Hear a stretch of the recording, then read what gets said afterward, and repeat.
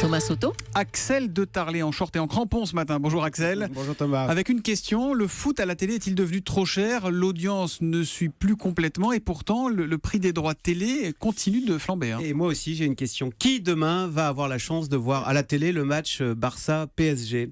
Je crains que moi, oui. Nous on est matinaliers, on se couche tôt. En régie aussi, il y en a qui lèvent le doigt. Mais oui, mais tout le monde n'a pas Canal+, et il y a même de moins en moins de gens qui l'ont. C'est sur Canal+.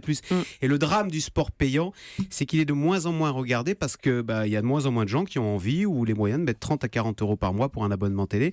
Et malheureusement, ça n'a pas fini d'augmenter si l'on en juge par ce qui vient de se passer en Grande-Bretagne. Figurez-vous que les droits audiovisuels pour le championnat, la Ligue des Champions, ont encore grimpé de 32% à partir de 2018. Alors certes, l'offre pour ces droits est plus alléchante, mais les abonnés ne suivent plus. Canal+ a perdu 500 000 abonnés en un an. Alors il y a d'autres raisons, c'est ça, mais il y a quand même le prix.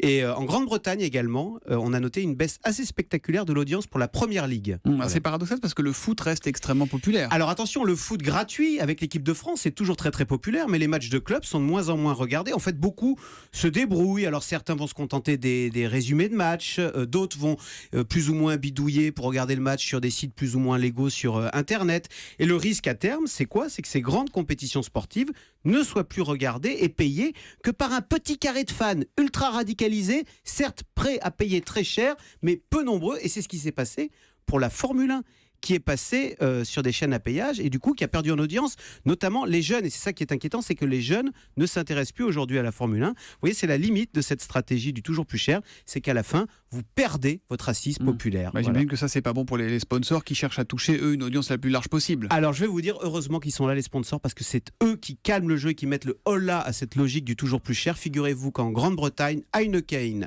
qui veut toucher un maximum de gens, a exigé et obtenu que la finale de la Ligue des Champions soit diffusée gratuitement sur les réseaux sociaux pour toucher un maximum de gens. Et sinon, il y a un truc génial pour ceux qui n'ont pas Canal. Il y a l'équipe, la chaîne, ils mettent des commentateurs qui regardent le match et qui nous racontent le match. On voit pas les images parce qu'ils n'ont pas les droits, mais c'est vraiment fantastique à regarder. Sur les gros matchs, ils font ça à chaque fois, c'est génial. Merci beaucoup, Axel de Tarlet.